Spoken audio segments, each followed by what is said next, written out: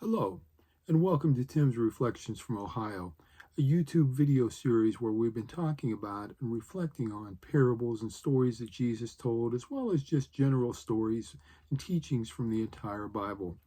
And today our reflection will come from Psalm chapter 37, and we'll be reading verse 25.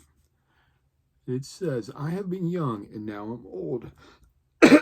Excuse me. Yet I have not seen the righteous forsaken, nor their descendants begging bread. Here is a promise of God's protection, God's provision of taking care of his children when they're in need.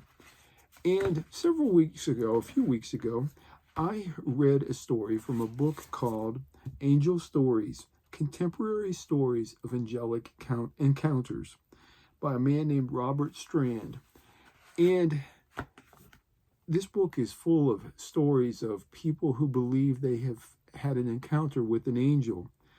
And the story I want to share today comes from a story entitled Modern Manna.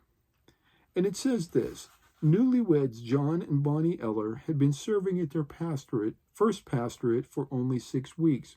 At this moment, they were facing a very difficult situation. Their small church in northeast Arkansas was not able to support a full-time pastor. And John had looked for employment at every business in a small town of 1,700 people, but had not been offered a job. That evening, Bonnie had served the last of their food supply, pancakes made with water and sweetened with their last teaspoon of sugar. This is all we have, John, said Bonnie. But don't worry, God has called us here and he won't let us down.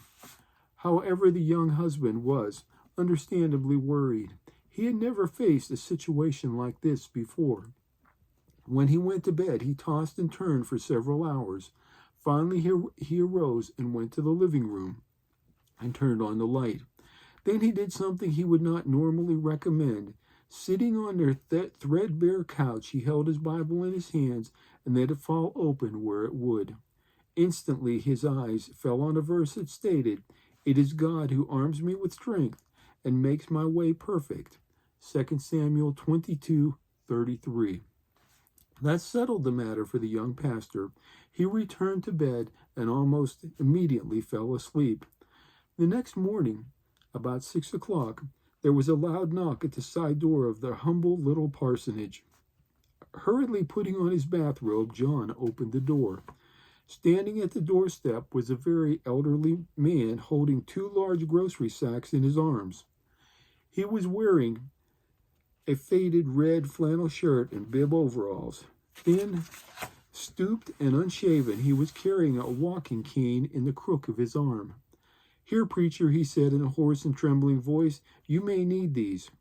Reaching out with both arms, John hugged the 2 heavy sacks together and carried them toward the little mohair chair in the living room. Placing them there, he turned around to thank his benefactor, but he was gone. Excited, the pastor ran outside and looked up and down the street. The man was nowhere in sight. John ran around the house and over to the church next door, but there was no trace of the man who had been there moments before. Returning to the house, John found Bonnie smiling with big tears rolling down her cheeks. She had gone into the living room to examine the contents of the sacks. To her amazement, she found everything they would normally buy: 2 large cans of pineapple juice, sugar, flour, canned vegetables, meat, and even their favorite brand of coffee. "See," Bonnie exclaimed, "I told you God would take care of us. He even knows what brands we like." After breakfast, John went through the town's tiny business district, describing the man who had brought the groceries and asking if anyone knew him. Everyone answered in the negative. No such man had ever been seen in their community.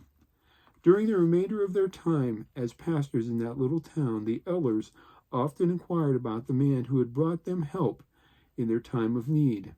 They never saw nor heard of him again.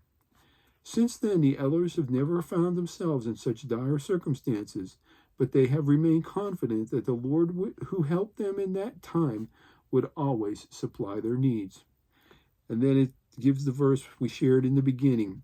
I was young and now I'm old, yet I have not seen the righteous forsaken, nor or their children begging bread. Psalm 37:25.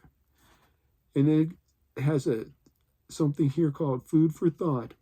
What an exciting example of God's love, care, and provision for his own. Never too soon, never too late, but timed to the tick of a clock and the beat of a heart. God's provision will always be there. I love these stories, and it reminds me that, I think I've probably said this in prior videos, we read the stories in the Bible of answer to prayer, angel encounters. We read all of these things, but we need to be reminded that, yes, they happened then, but they still happen today. God is still answering prayers today. He is still sending angels to help his children who are in need. And he will be there and provide for us today if we will only trust him and have the faith that he will provide for us and take care of us. I wanted to share this story today because when I read it, it meant a lot to me, because it reminded me, as I just said, that God still is taking care of his children today, even in their times of darkest need, or their greatest need, I should say. He still takes care of and provides for his children, just like a loving father provides for his earthly children.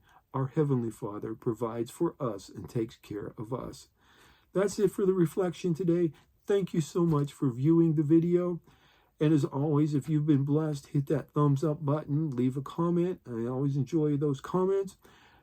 Thank you again. And remember, as always, that God loves you. He loves you so much that he sent his son all those years ago to die that horrible death on that cross for you and for me. And as we were reminded in this story, he still takes care of his children today. Thank you again. Have a blessed week.